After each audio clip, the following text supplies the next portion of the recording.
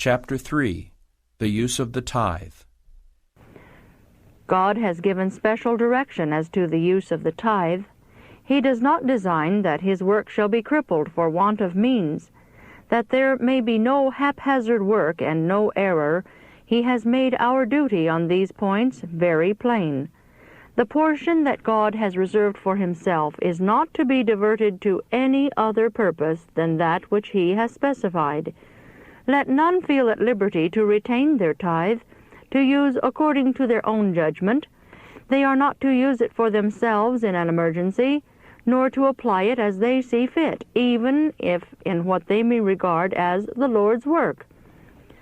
The minister should, by precept and example, teach the people to regard the tithe as sacred. He should not feel that he can retain and apply it according to his own judgment because he is a minister. It is not his. He is not at liberty to devote to himself whatever he thinks is his due. He should not give his influence to any plans for diverting from their legitimate use the tithes and offerings dedicated to God. They are to be placed in his treasury and held sacred for his service as he has appointed. God desires all his stewards to be exact in following divine arrangements. They are not to offset the Lord's plans by performing some deed of charity or giving some gift or some offering when or how they, the human agents, shall see fit.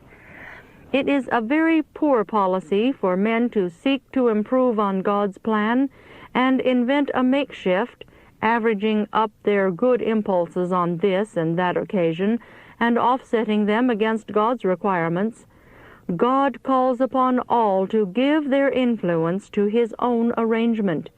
He has made his plan known, and all who would cooperate with him must carry out this plan instead of daring to attempt an improvement on it.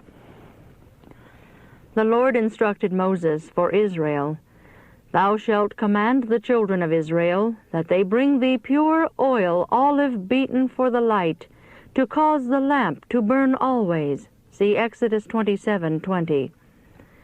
This was to be a continual offering, that the house of God might be properly supplied with that which was necessary for his service.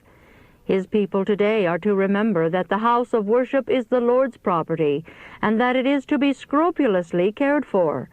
But the funds for this work are not to come from the tithe.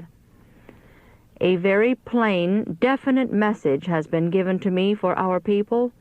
I am bidden to tell them that they are making a mistake in applying the tithe to various objects which, though good in themselves, are not the object to which the Lord has said that the tithe should be applied.